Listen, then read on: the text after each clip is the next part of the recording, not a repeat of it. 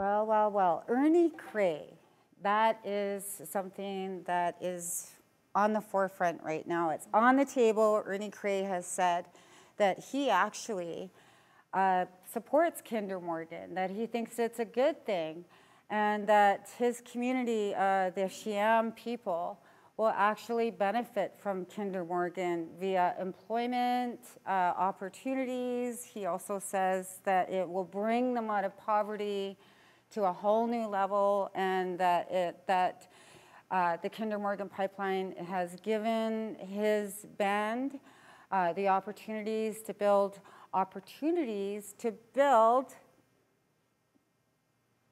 relationships with developers of the Kinder Morgan pipeline. And we have Uni Urchin and Joshua Williams in the house. Uni Urchin is one of the founders, one of the first two founders of Camp Cloud, which is located on Burnaby Mountain in Westridge. And I, first of all, want to know what you think of Ernie Cray's decision to support the Kinder Morgan pipeline.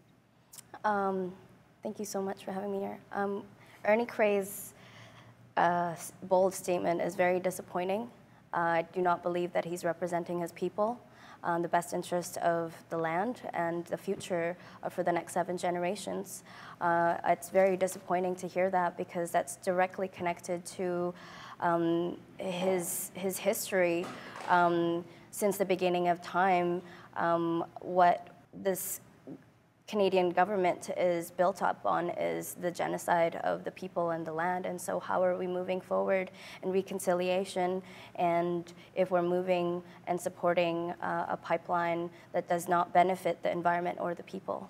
Well, he says that there are 45 other communities, bands, who have actually signed on to the Kinder Morgan pipeline because of some kind of an agreement, a benefit agreement. Yeah, that's disappointing. That seems that is a very backdoor conversation that has not been presented or been consulted with the community that are directly impacted by the pipelines.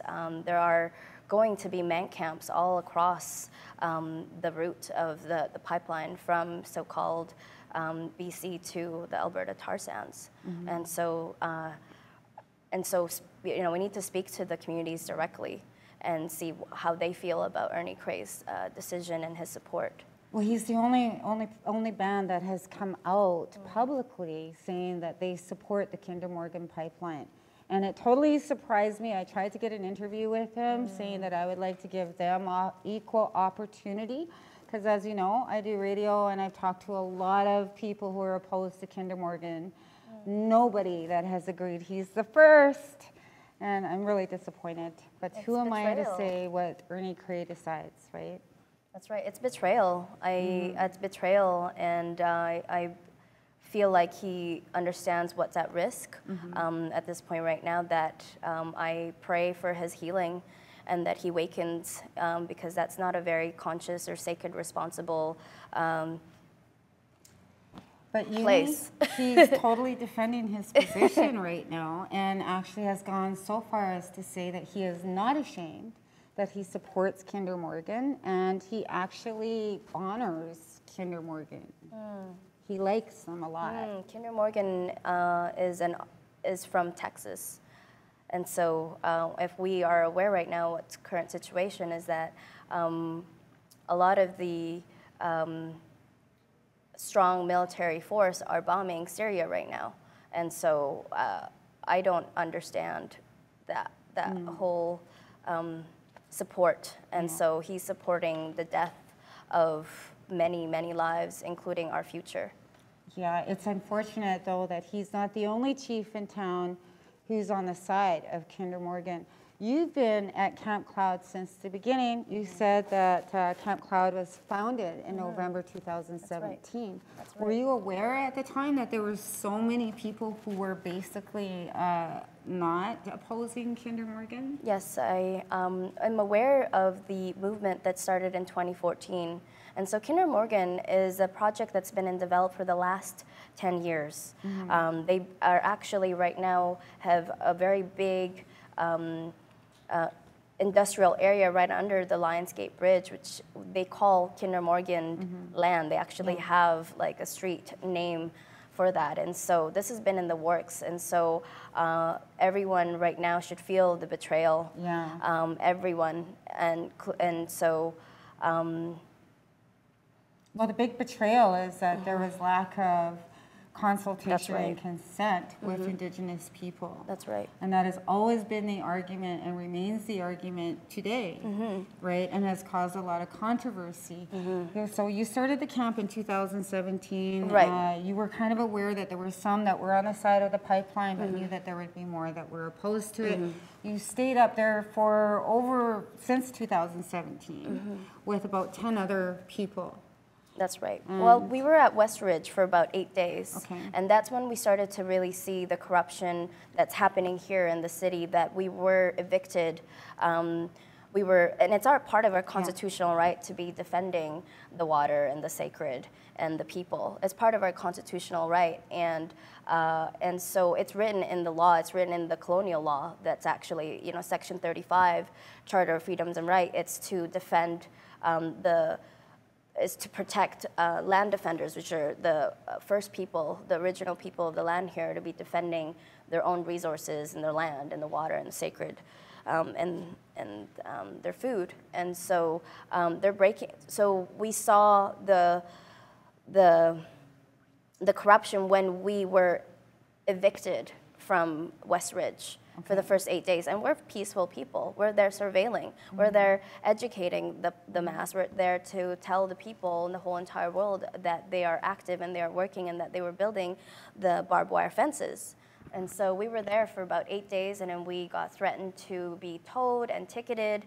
And it was a forceful attack that was collaborated by the RCMP in the city of Burnaby, who supposedly opposes the Kinder Morgan. And so now, moving forward, that was November, and now we're in April. We've gone through many violent attacks from the foreign occupying force, which is the RCMP. And they have made up warrants on January 9th. You can see on our Facebook documentation that they have come with their team and rammed our camper and violently. So that was one of the first arrests that happened. No, there was no arrest. Yes, that was one of the first arrests. Yes. Titsasquattle. Yeah, Quetzalcoatl, Coast Salish, and Stolo fisherwoman. Yeah, they were both arrested at that time, and then it kind of escalated from there. You started coming and calling out to people, and more people started coming to the camp. And before you knew it, there was not just Camp Cloud, but there was the Gate, and then there was the NGO camp, and then they began to build the Watch House, where the Tsleil-Wautuths are hanging out now, right? And so it's really changed the dynamic of this occupation. Can you tell us a little bit about that? On March 10th, the Tsleil-Waututh members had organized a beautiful, massive march and a welcoming of the community to stand together to stop Kinder Morgan. And that was the day that they had built a beautiful traditional home called the Watch House, standing on the proposed pipeline route. And it's changed quite a bit right now with the pipeline route, because I believe they're going under. They're going to be going under. So the Watch House is very likely not a direct threat right now in terms of where the... It's more symbolic. Yes, and so, and it's really beautiful. They have now a sacred fire that's going there, and so they have ceremonies and have different elders from the community to bring in the youth and the people together. Speaking of the youth, you have one right here. That's Tell right. us how you came on board there, Joshua. Funny story there. I was talking to my auntie here and my uncle a couple nights before I made my way up. It came to me in a vision about the Watch House. Walking through the trails with somebody in my vision.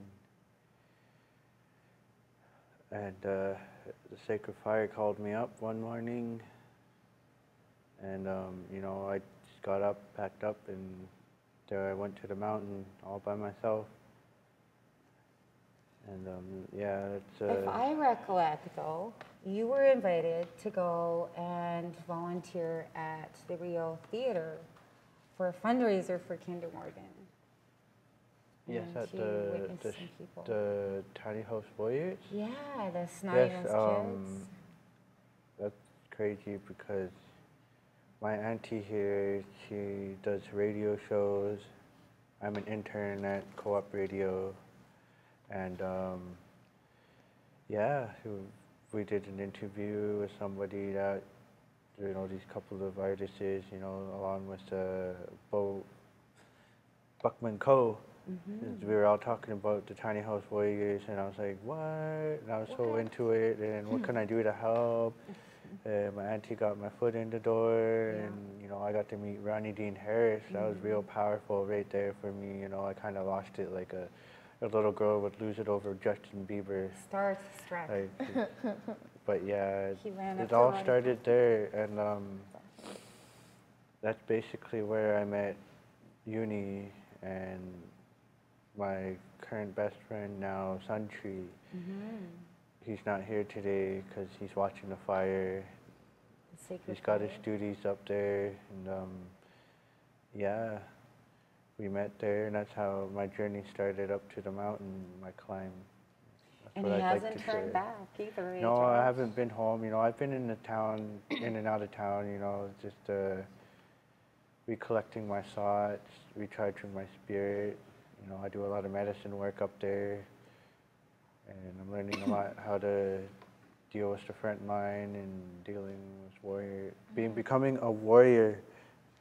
He's worrying right in front of you. The listeners and watchers of Red Hot Topics.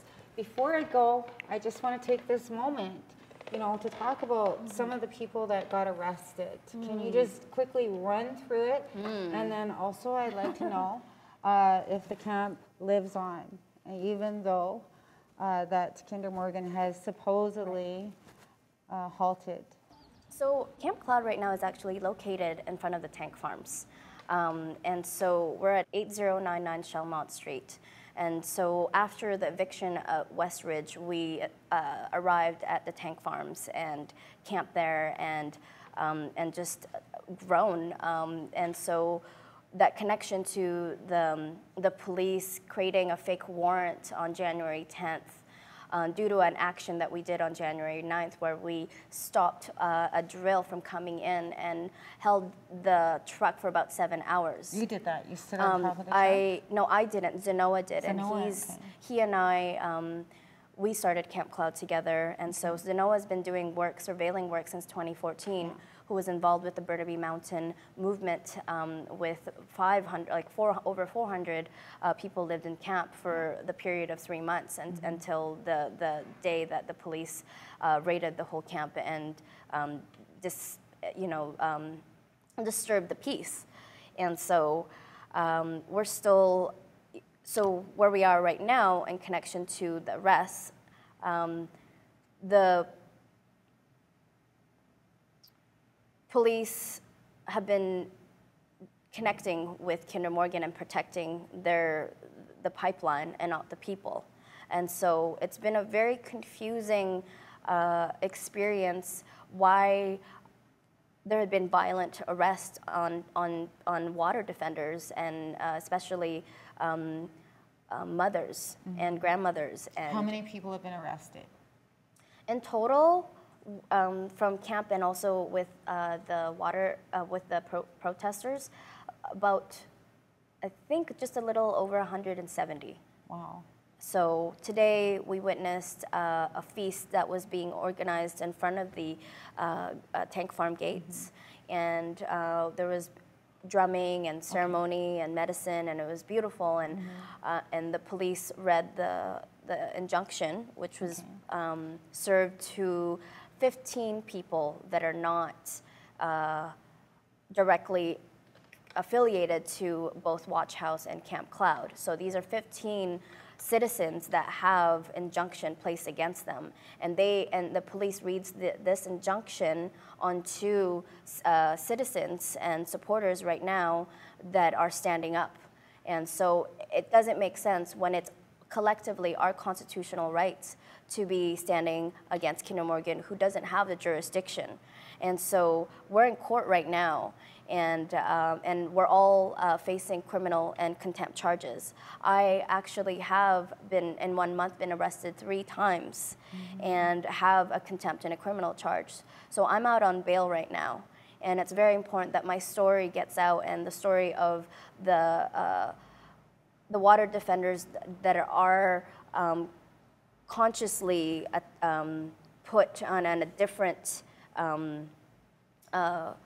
court case compared to people that are standing in front of the gates. Yeah, I understand that there's been a difference in how they've been treating settlers, white people, and also First Nations people. Huge difference. Huge difference. And if people want to support your legal case, how can they contact you and be there for you, monetarily and otherwise? Well, my only condition right now is to keep the peace, and we've always been peaceful, and I'm going to continue to do the work that I do, which is to speak the truth. Yeah.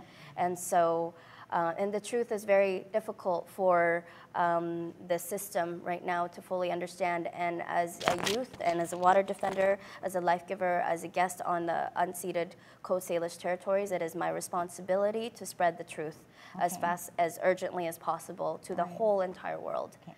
And so people can find me online as Uni Urchin, or you can find me at Camp Cloud KM Surveillance Post, or find me at the camp, which is at 8099 Shellmont Street, where there's a sacred fire that's been burning since winter solstice, that's been lit by the Coast Salish and the Squamish people, and is one of the most powerful. It's the most ancient medicine that really ignites the spirit. And so I invite everybody to be there and witness the revolutionary shift that we're in right now, because it's a personal shift that we're going through. It's a spiritual growth that we're going against the pipeline that is so connected to the whole entire world and the way of life right now. And so, thank you. Thank you.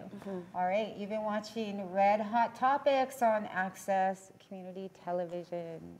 Yeah.